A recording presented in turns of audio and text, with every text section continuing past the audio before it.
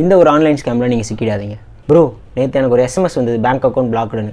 லிங்க்கை கிளிக் பண்ணி டீட்டெயில்ஸ்லாம் அப்லோட் பண்ண சொல்கிறாங்க. அதுதான்டா ஆன்லைன் ஸ்கேம். ரியல் பேங்க் எப்பவுமே SMSல லிங்க் சென்ட் பண்ண மாட்டாங்க. அப்படின்னா ஜென்யூன் மெசேஜ் எது, ஃபேக் மெசேஜ் எதுன்னு எப்படி கண்டுபிடிக்கிறது? சிம்பிள். யூஸ்வலி பேங்க் மெசேஜில் எப்பவுமே உன்னோட ஃபுல் நேம் தான் யூஸ் பண்ணுவாங்க. ஸ்கேம் மெசேஜில் மட்டும்தான் டியர் கஸ்டமர் அப்படின்னு யூஸ் பண்ணுவாங்க. அடுத்து அஃபிஷியல் பேங்க் ஆப் இல்லை வெப்சைட் மட்டும்தான் யூஸ் பண்ணணும்.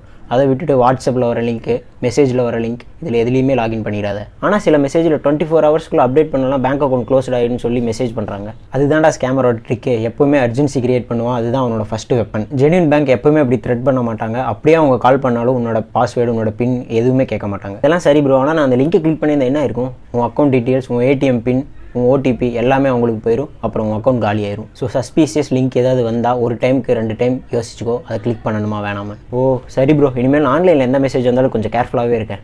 அதுதான்டா சேஃப். ஆன்லைனில் நீ எப்பவுமே ஸ்மார்ட்டாக இருக்கணும், இல்லைனா உன் பணம் காலி ஆயிரும். வீடியோ பிடிச்சிருந்தா லைக் பண்ணிடுங்க, சப்ஸ்கிரைப் பண்ணிடுங்க, உங்கள் ஃப்ரெண்ட்ஸ்க்கு மறக்காமல் ஷேர் பண்ணிடுங்க.